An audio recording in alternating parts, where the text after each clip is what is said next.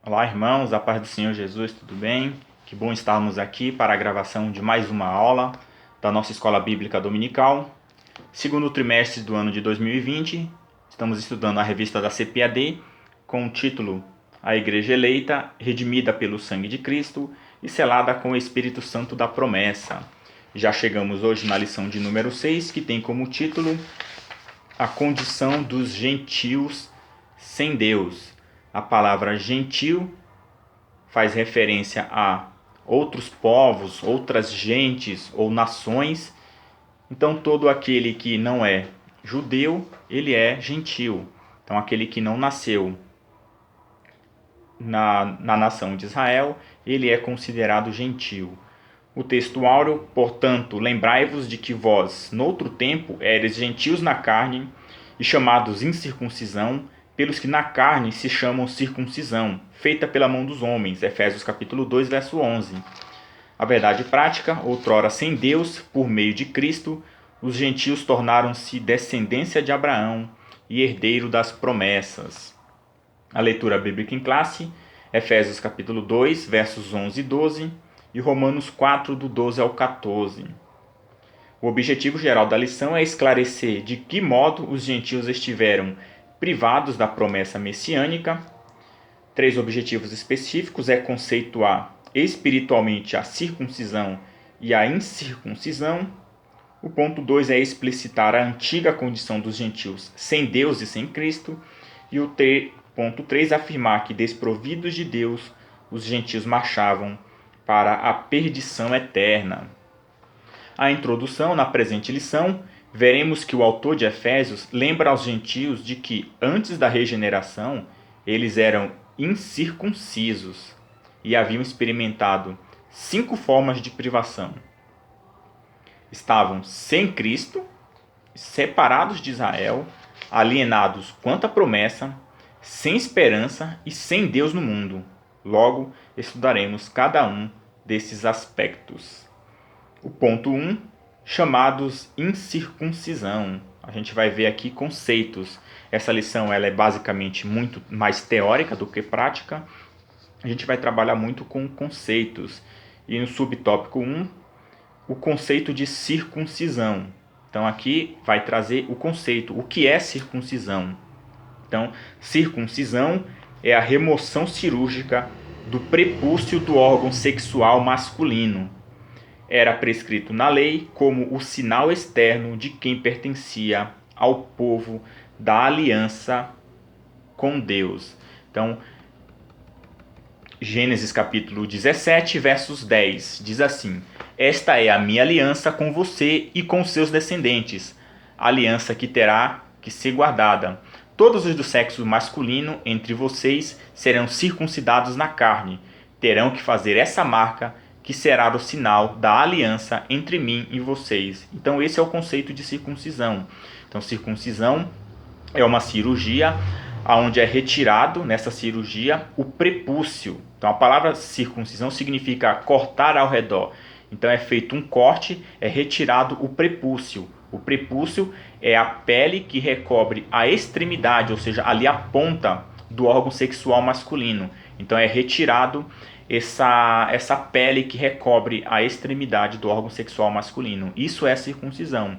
E a circuncisão nada mais é do que um símbolo, um sinal. É uma marca da aliança entre Deus com Abraão e com seus descendentes. Então é a marca da aliança entre mim e vocês, como diz o Senhor. Então é o sinal da aliança entre Deus e o povo de Israel.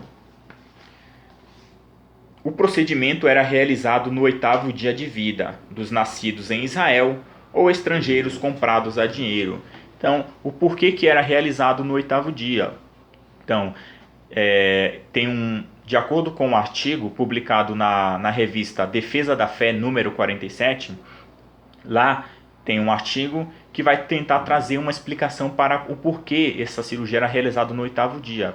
E segundo esse artigo, é justamente no 8º dia de vida que o sangue da criança coagula mais rápido. E isso favorece a cicatrização. Então, no sangue da criança, a vitamina K e uma outra substância chamada protombina, elas alcançam seus níveis mais altos. e sendo assim, isso favorece em muito o processo de cicatrização. Por isso a gente vê aí que a orientação do próprio Deus é que a cirurgia fosse realizada no 8º dia de vida, embora se por algum motivo não fosse possível se realizar no 8º dia, deveria ser feito sim posteriormente, como acontecia geralmente no caso dos prosélitos, que eram pessoas de outras nações que, ao se converter ao Deus de Israel, realizava também essa cirurgia. E lembrando também que essa cirurgia ela poderia ser feita no sábado. Se o 8º dia caísse no sábado, eles realizavam sim essa cirurgia. Então esse é o conceito de circuncisão. O ponto 2 é o significado religioso da circuncisão. O seu significado religioso aponta para a santificação. Então, a circuncisão ela é o sinal, né, é a marca da aliança entre Deus e o povo de Israel. E qual que era o sentido religioso? Por que Deus pediu para que fosse feita essa marca? Então, no sentido religioso, isso aponta para a santificação, de acordo com Êxodo capítulo 19, versos 5 e 6, que diz assim: Agora, se me obedecerem fielmente e guardarem a minha aliança, vocês serão o meu tesouro pessoal entre todas as nações. Embora toda a terra seja minha, vocês serão para mim um reino de sacerdotes e uma nação santa. Essas são as palavras que você dirá aos israelitas. Então, a santificação aqui mencionada tem a ver com a separação do povo de Deus das práticas seguidas pelas outras nações. Então, por isso que vem aqui um corte, né? Então, Israel estava cortando a relação que tinha com as práticas pecaminosas das outras nações. Então, eles estavam se separando para Deus para viver uma vida de dedicação exclusiva para Deus. Então, no sentido religioso, a circuncisão aponta para uma vida de pureza espiritual e de separação. Separação das práticas que eram seguidas pelas demais nações e uma vida de dedicação exclusiva para Deus. Outra questão que o comentarista vai levantar é a respeito do local. O porquê que essa cirurgia era feita no órgão sexual masculino. O comentarista ele vai trazer aqui, ele vai levantar sobre a questão de que geralmente a corrupção e as práticas idólatras estavam fortemente relacionadas com a sexualidade depravada.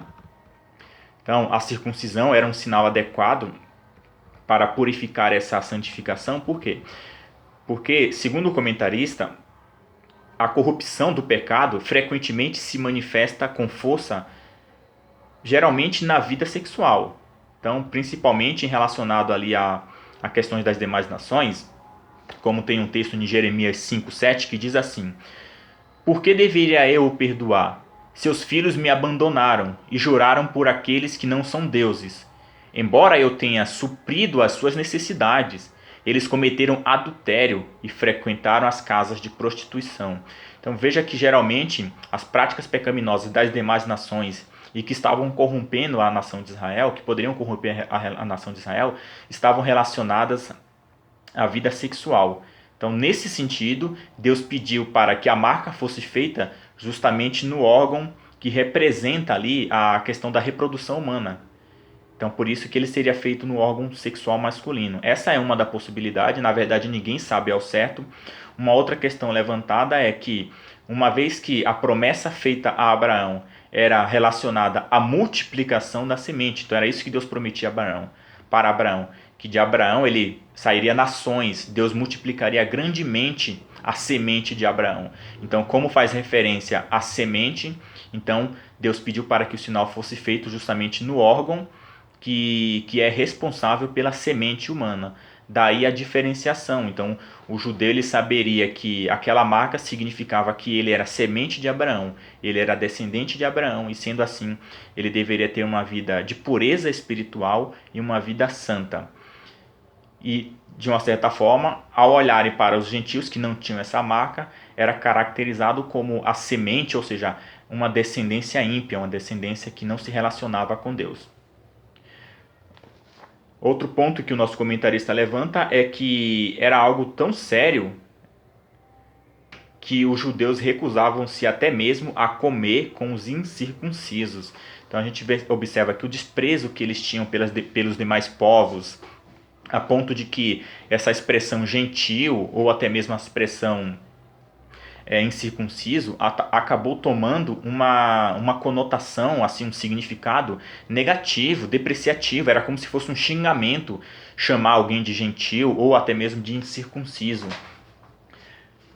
Em Levítico capítulo 26, a gente vai ver esse exemplo dessa passagem, dessa palavra ser utilizada no sentido depreciativo mesmo. Olha o que diz lá no Levítico 26, verso 41.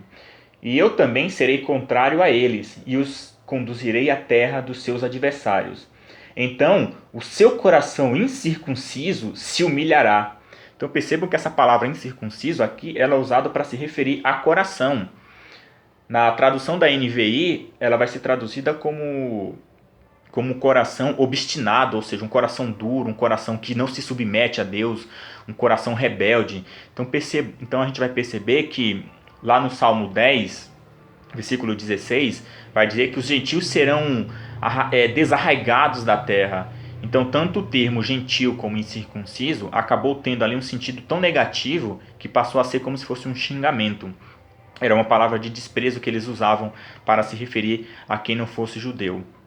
Então a palavra incircunciso ela tomou esse sentido. Então a palavra incircunciso é usada para se referir à impureza, à mancha de pecado, à rebeldia. Então quando eles se referiam ao gentio nos chamando de gentios ou incircunciso, ele estava querendo dizer que eram pessoas impuras, manchadas pelo pecado, pessoas rebeldes, pessoas que não tinham comunhão com Deus. E a palavra circuncisão tinha esse sentido de que simbolizava a pureza, um viver santo, um viver separado para Deus.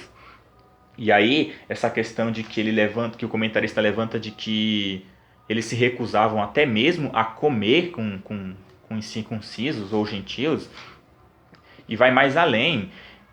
Se eles entrassem na casa de um gentio, ele era considerado impuro, não poderia participar ali dos rituais cerimoniais. E há quem diga até mesmo que para o gentio não era lícito nem mesmo ajudar a uma gentia se ela tivesse ali em trabalho de parto para dar à luz. Porque para eles era mais um incircunciso, mais um rebelde que estava vindo ao mundo.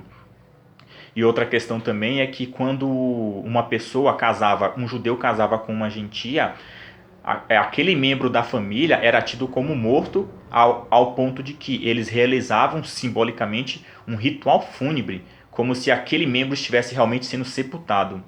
Veja da forma que eles menosprezavam as demais nações. No ponto 3, traz a circuncisão do coração.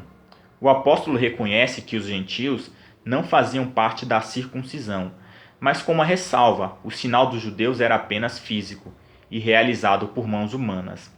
A boa nova que Paulo traz é a de que a verdadeira circuncisão não se tratava de uma operação externa, na carne, realizada pelos homens, mas a que foi feita no interior, a que é do coração.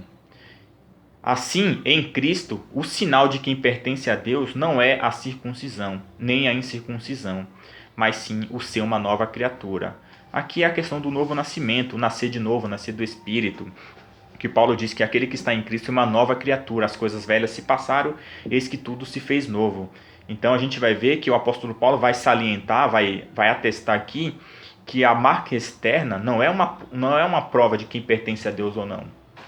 Até mesmo no Antigo Testamento o próprio Deus já falava sobre isso, que a marca era apenas uma simbologia de que alguém tinha assumido um compromisso com Deus. Porém, o receber as bênçãos desse tratado estava condicionado à obediência à sua palavra. Então Deus sempre deixou bem claro: se vocês me obedecerem, vocês viverão e serão abençoados. Se não me obedecerem, vocês serão amaldiçoados. O profeta Jeremias também vai trazer uma passagem que vai destacar essa questão dessa nova circuncisão que agora é feita no coração. No capítulo 31, no verso 31, diz assim: dias virão, afirma o Senhor, quando estabelecerei uma nova aliança com a casa de Israel e a casa de Judá.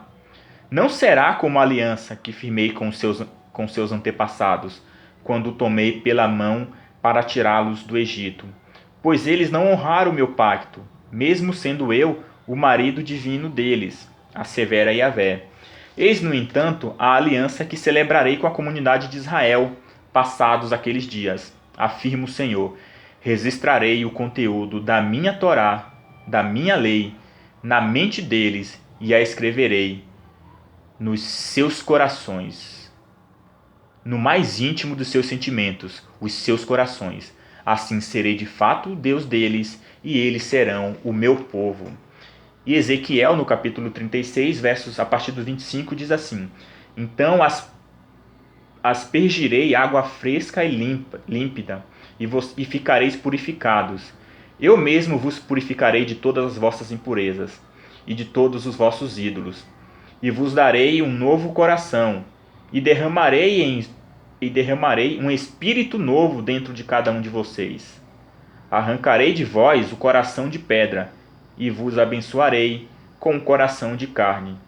Eis que depositarei o meu espírito no interior de cada pessoa, e vos capacitarei para agires de acordo com as minhas leis e princípios, e assim obedecereis fielmente aos meus mandamentos.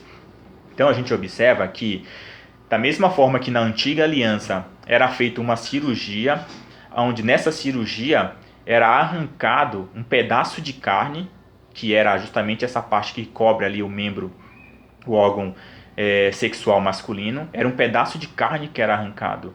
No Novo Testamento é como se realmente Cristo fizesse uma cirurgia.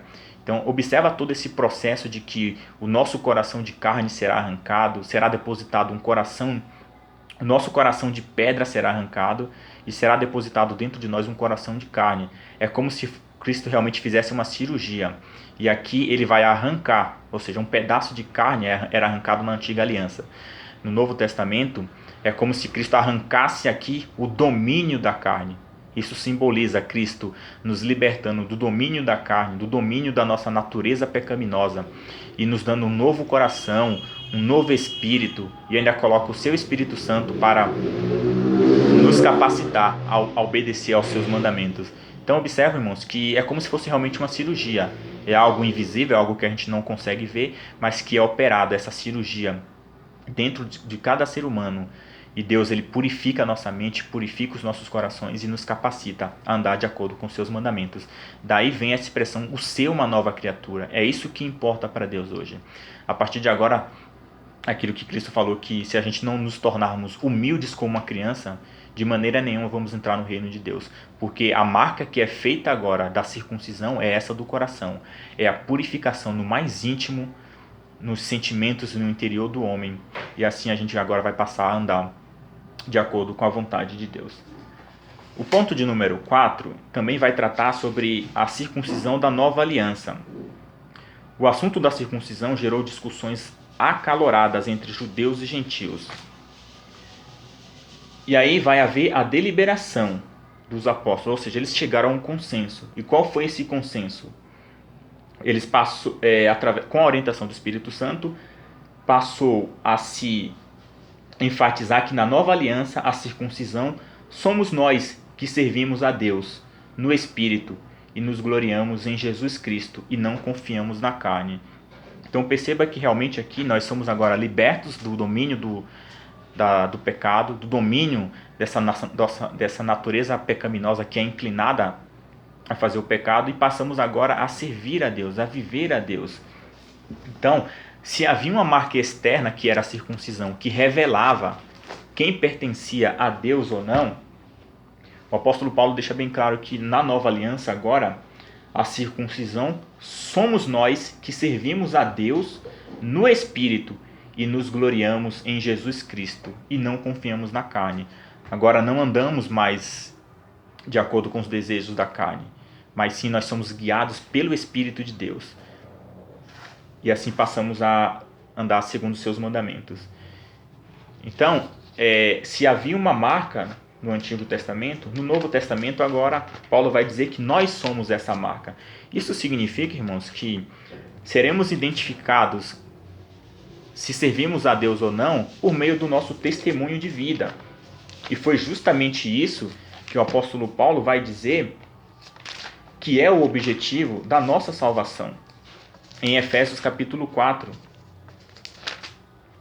Efésios capítulo 4, no versos 11, quando ele diz que, lá no 22, quanto à antiga maneira de viver, fostes instruídos a vos despirdes do velho homem, que se corrompe por desejos enganosos, a serdes renovados no vosso modo de raciocinar, e a vos revestirdes do novo homem, criado para ser semelhante a Deus, em justiça e em santidade, provenientes da verdade. Então agora nós devemos nos revestir do novo homem, que foi criado em Deus para ser semelhante a Deus e andar em justiça e em santidade, provenientes da verdade. Então, quando andamos realmente de acordo com essa nova criatura que fomos criados para ser em justiça, verdade e em santidade, essa é a marca de quem pertence ou não ao povo de Deus. Então nós agora, a nossa vida, o nosso testemunho é a declaração de que pertencemos ou não ao povo de Deus. O ponto de número 2 traz o tópico estranhos ao concerto da promessa. Então nessa parte o apóstolo Paulo aponta a situação dos gentios. Ele vai dizer, naquele tempo estavam sem Cristo, separados da comunidade de Israel e estranhos aos concertos da promessa. No ponto 1, uma vida sem Cristo. Ao descrever a história passada dos gentios, o apóstolo traz à memória que naquele tempo, isto é, antes da regeneração, que é o novo nascimento, eles viviam imersos no paganismo e, portanto, sem Cristo. Isso indica que a religiosidade dos gentios era incapaz de inseri-los na promessa messiânica da salvação. Então, o apóstolo Paulo ele vai deixar bem claro que os judeus eles foram chamados por Deus, eles tinham um pacto com Deus. E esse pacto era de que eles seriam uma nação santa, um reino sacerdotal, para revelar o verdadeiro Deus às demais nações. Porém, o povo de Israel falhou nessa missão. E sendo que eles falharam nessa missão, os gentios, os demais povos, ficaram sem esse conhecimento do verdadeiro Deus.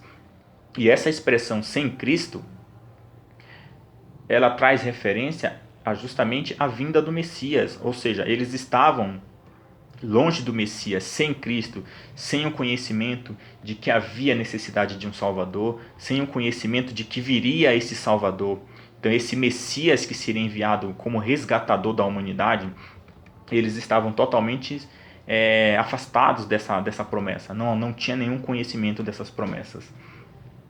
Então isso indica que a religiosidade dos gentios era incapaz de inseri-los na promessa. Também significa que eles desconheciam a Cristo, como também eram indiferentes às promessas acerca dele e da sua obra. Então, uma vez que os judeus falharam em revelar a mensagem de salvação, da vinda desse Messias como libertador da humanidade, então os gentios eles não tinham esse conhecimento, e se não tinham esse conhecimento, eles desconheciam também todas as promessas referentes a esse Messias, acerca dele, acerca da sua obra, acerca de como esse Messias viria, qual seria a obra que ele seria consumada e de que essa obra alcançaria toda a humanidade. Então, essa era uma desvantagem do povo gentil, porque eles estavam vivendo uma vida sem Cristo. Separados da comunidade de Israel, ponto 2. Ainda no versículo 12, o apóstolo salienta a desvantagem de os gentios não pertencerem à comunidade de Israel. Eles estavam excluídos não apenas dos símbolos externos, mas também não faziam parte do povo escolhido e, consequentemente, não podiam usufruir dos privilégios da aliança de Abraão. Então, nesse ponto 2, eu quero ler Romanos capítulo 9, dos versos 3 ao 5, que diz assim: porque eu mesmo poderia desejar ser separado de Cristo, por amor de meus irmãos, que são meus parentes segundo a carne, que são israelitas, dos quais é a adoção de filho, e a glória, e os concertos, e a lei, e o culto, e as promessas, dos quais são os pais, e dos quais é Cristo, segundo a carne, o qual é sobre todos, Deus bendito, eternamente. Amém. Então significa tudo isso, irmãos, que o domínio da liturgia para poder se relacionar com Deus verdadeiro era exclusivo dos filhos de Israel. Então, para o povo de Israel, Paulo vai dizer aqui que foi entregue aqui a adoção de filhos, a glória, os concertos, a lei Então, o culto. Então, os judeus, eles sabiam, eles tinham a revelação do verdadeiro Deus, eles tinham a revelação do culto, ou seja, como eles deveriam servir, como eles deveriam adorar esse verdadeiro Deus. Então, a gente vê aí a humanidade tentando várias formas de se aproximar a Deus, mas somente os judeus, eles tinham ali a forma que esse Deus, o próprio Deus tinha revelado para ele a forma que ele deveria ser adorado e servido. Então, essa era a vantagem do povo judeu. E os gentios não podiam participar dessas coisas, não tinham ali acesso à lei de Deus, ao sistema religioso. Então, os judeus, eles tinham ali total acesso, eles sabiam como se relacionar com Deus verdadeiro, coisas que os gentios não tinham. Então, mesmo que ali, também por meio ali do seu sumo sacerdote, tinha ali a forma de levar os sacrifícios a Deus, como meio de que recebesse o perdão de Deus. Então, a forma de se aproximar com o verdadeiro Deus estava restrita ao povo judeu. E essa era uma desvantagem que o apóstolo Paulo levanta aqui como uma questão de desvantagem, o fato de ser separado da comunidade de Israel. Era de que eles não tinham acesso ao Deus verdadeiro, ou seja, era como se a chave que dava acesso ao homem a se encontrar com Deus, a restabelecer a comunhão com Deus, estava na mão dos judeus, e isso eles não dividiram com ninguém, os gentios não tinham como passar. Os gentios não tinham como se aproximar do verdadeiro Deus, porque eles não conheciam o verdadeiro Deus e não tinham a forma correta de se aproximar desse verdadeiro Deus. Ponto 3, aqui ele vai colocar também que, entretanto, o que os gentios precisavam saber era que, por meio de Cristo, eles também se tornariam descendência de Abraão. Galatas 3:29. Então era uma coisa que os gentios precisavam saber, que, embora não fossem judeus na carne, por meio da fé em Cristo, eles também poderiam se tornar filhos de Abraão e assim também gozar de todos esses privilégios que o povo de Israel gozava. Que o apóstolo Paulo deixa bem claro que não é o que é judeu na carne que é filho de Abraão, mas aqueles que são da fé, que são tomados como filhos de Abraão. Aí o ponto 3 fala alienados aos pactos das promessas. Uma vez separado da comunidade de Israel, os gentios desconheciam totalmente os vários pactos que Deus estabelecera com os patriarcas israelitas. Esses pactos giravam em torno da grande promessa do advento do Messias. Então, o pacto abraâmico, Gênesis 12, versos 1 e 3, Deus diz que por meio da semente de Abraão, ele abençoaria todas as famílias da terra. Isso aqui revela o plano da salvação. Então percebamos que os gentios eles não tinham acesso a isso, porque todas essas promessas e pactos estavam relacionados ao povo judaico. Por isso que era importante estar ali, fazer parte da comunidade de Israel. Por quê? Porque o plano da salvação estava nas mãos dele. Então a revelação de que Deus, por meio de um descendente de Abraão, segundo a carne, ou seja, foi por meio da semente de Abraão que o Messias viria. Então os judeus, os gentios, eles não tinham esse conhecimento desse libertador, desse redentor que viria, porque tudo isso estava na mão dos judeus e os judeus não tinham compartilhado. O pacto mosaico, de onde Deus diz que levantaria um profeta semelhante a ele, e era esse que deveria ser ouvido. Então veja também que os gentios não tinham acesso a isso. Também no pacto mosaico, Moisés vai receber a lei, vai receber ali aquilo que nós já falamos do culto, a forma que Deus deveria ser cultuado. O pacto davídico também, que seria um descendente de Davi, por isso que o Messias é conhecido também como filho de Davi. Então esses pactos eram reiterações da promessa messiânica. Os gentios não tinham noções deles e, por conseguinte, estavam alienados de qualquer promessa ou esperança messiânica. Então, já que eles não tinham nenhuma noção de que toda a humanidade havia se rebelado contra Deus e assim todos estavam condenados à morte eterna, à condenação eterna, mas Deus havia preparado um plano de salvação. E o plano de salvação estava relacionado a esse Messias resgatador, a esse Messias salvador. Porém, todas as promessas relacionada à vinda desse Messias estava relacionada com o povo de Israel. E os gentios eles estavam totalmente alienados dessa promessa, porque eles não faziam parte do povo de de Israel, e o povo de Israel também não levava essas informações para eles. O subtópico 3. Tópico 3. Sem esperança e sem Deus. Agora Paulo passa a descrever a situação dos gentios que viviam, não tendo esperança e sem Deus no mundo. Ponto 1. Desprovidos de esperança. A palavra esperança traz a ideia de confiança, e nas Escrituras o seu principal uso está ligado à confiança nas promessas divinas. Podemos afirmar que os gentios eram desprovidos dessa esperança por causa da parte da filosofia grega, que descartava a possibilidade de uma vida além do túmulo.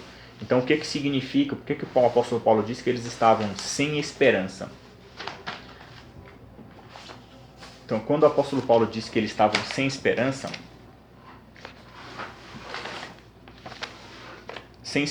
ele quer dizer que já que toda a humanidade havia se rebelado contra Deus e se mantiveram separados dele, não havia como reatarem tal comunhão e não podiam esperar a salvação.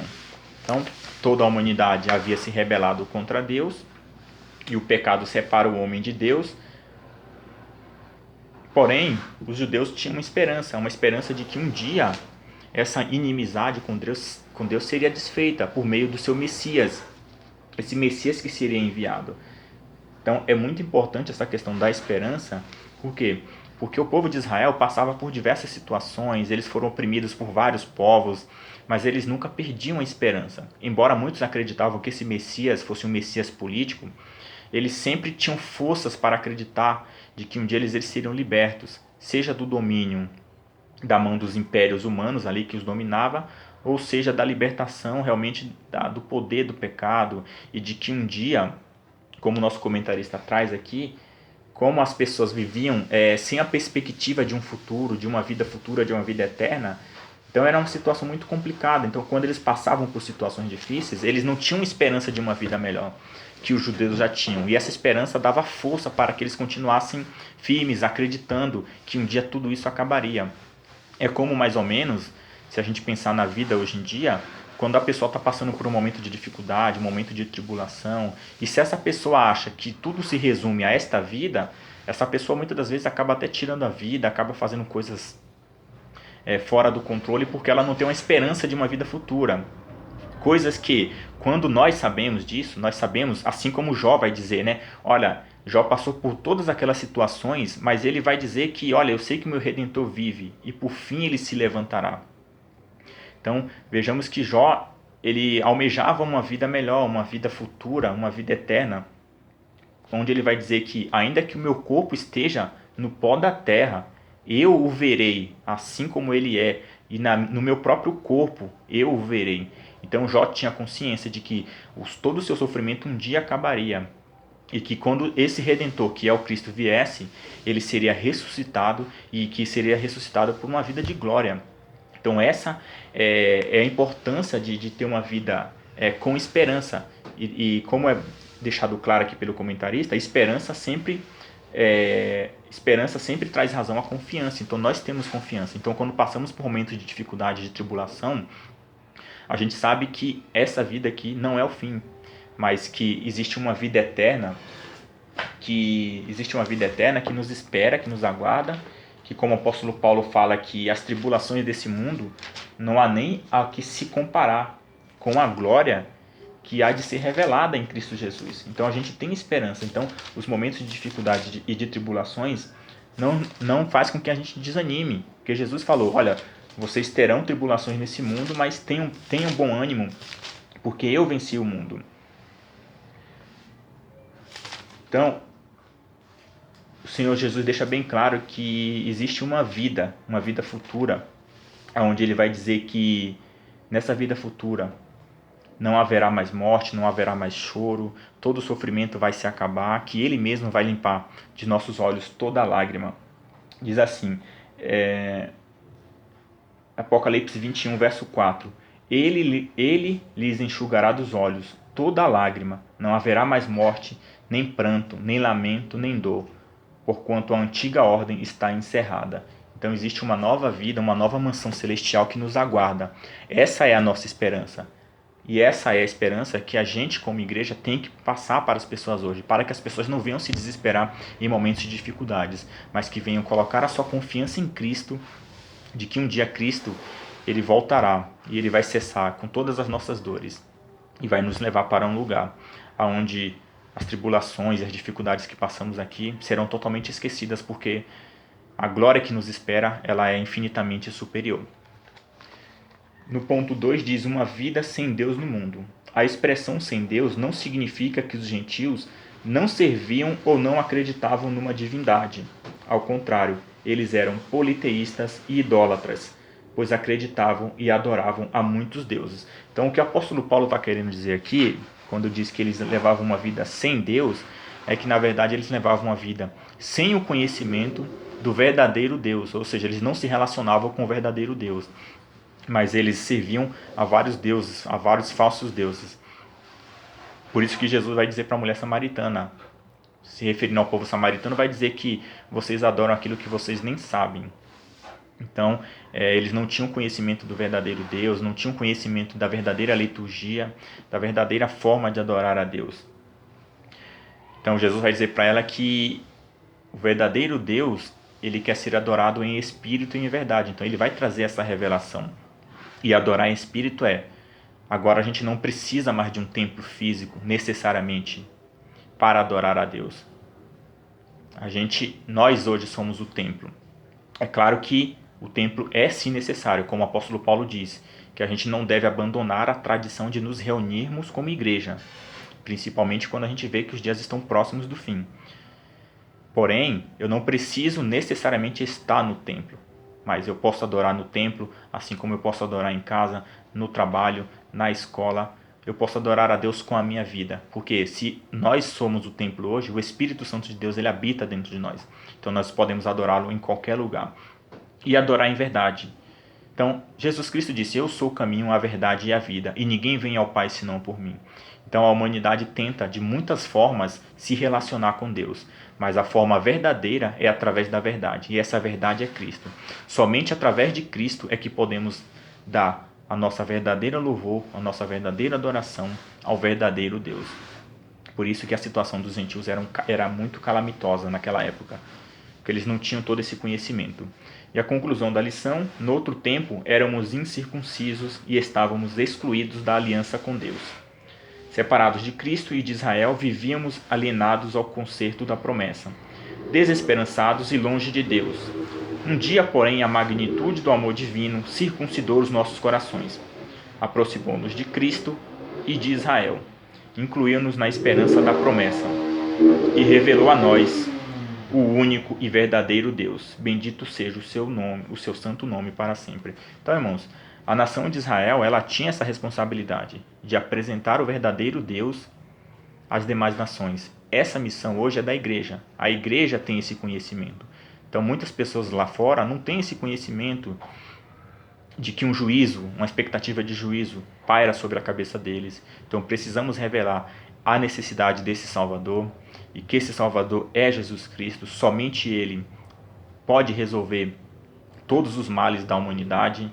Somente nele temos a vida eterna e temos a esperança de uma vida que realmente será uma vida totalmente livre de todas as mazelas desse mundo.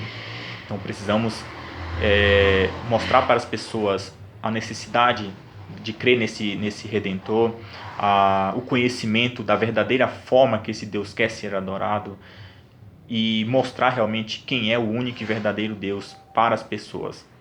E como que a gente mostra isso para as pessoas? Como que a gente mostra isso hoje? Através do nosso testemunho de vida.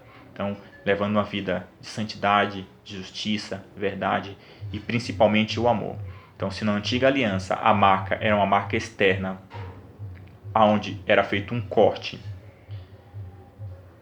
no corpo físico do homem, não é necessário hoje fazer esse corte, porque essa cirurgia, na verdade, ela é feita no nosso coração. Mas a forma externa de demonstrarmos que fazemos realmente parte do povo de Deus é através da nossa vida, um testemunho de vida, uma vida santa, uma vida vivida na verdade, em santidade, vivida em amor. que é a marca realmente do verdadeiro cristão. Que venhamos a desempenhar essa missão que o Senhor colocou em nossas mãos e mostrar para as pessoas que é aquilo que Cristo disse: vinde a mim todos os que estão cansados e sobrecarregados, e eu vos aliviarei. Que Cristo é a solução, Cristo é o Salvador de toda a humanidade. Ele deseja que todos sejam salvos. E cabe à igreja revelar esse grande mistério que Cristo ele formou dos dois povos, né, que tinha os judeus e os gentios. Ele derrubou a parede de separação e fez todos um povo só.